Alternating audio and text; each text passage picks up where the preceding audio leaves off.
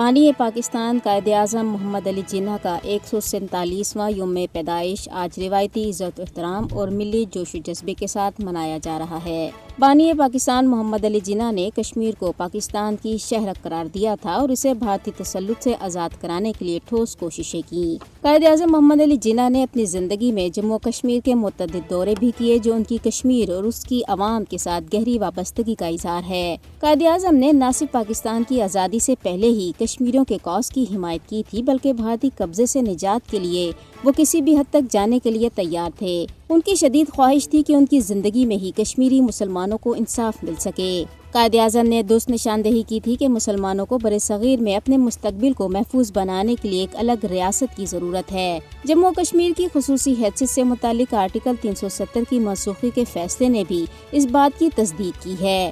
بھارتی غلامی سے آزادی کے لیے کشمیریوں کی جدوجہد بھی دو قومی نظریے پر ہی مبنی ہے۔ یہ حقیقت عیاں ہو چکی ہے کہ قائد بالکل درست تھے کہ برصغیر کے مسلمان ہندو نظریے کے تحت کبھی آزاد نہیں رہ سکتے۔ کشمیریوں پر ظلم، بابری مسجد کی مسماری، مسلمانوں کی انسانی حقوق پامالیوں سمیت مسلم مخالف ایجنڈے اور مودی حکومت کا انتہا پسندانہ رویہ دو قومی نظریے کی سچائی کا زندہ ثبوت ہے۔ یہ دو قومی نظریہ ہی ہے جو کشمیریوں کی دلیرانہ جدوجہد آزادی کا اصل محرک ہے۔ جموں کشمیر برصغیر کی تقسیم کا نامکمل ایجنڈا ہے اور کشمیریوں کی جدوجہد آزادی پاکستان کی تحریک کا ہی ایک لازمی حصہ ہے۔ پاکستانی اور کشمیری قوم ایک مضبوط مذہبی، تاریخی اور ثقافتی رشتے میں جڑے ہوئے ہیں۔ کشمیر بنے گا پاکستان کا نعرہ ہر کشمیری مسلمان کی آواز ہے اور کشمیریوں کے دکھوں کو اجاگر کرنے کے لیے پاکستان بھی ہمیشہ پیش رہا ہے۔ دراصل کل جماعت حریت کانفرنس نے بانی پاکستان قائد اعظم محمد علی جناح کو ان کے یوم پیدائش پر خراج عقیدت پیش کرتے ہوئے کہا ہے کہ قائد اعظم ایک عظیم صاحب بصیرت رہنما تھے۔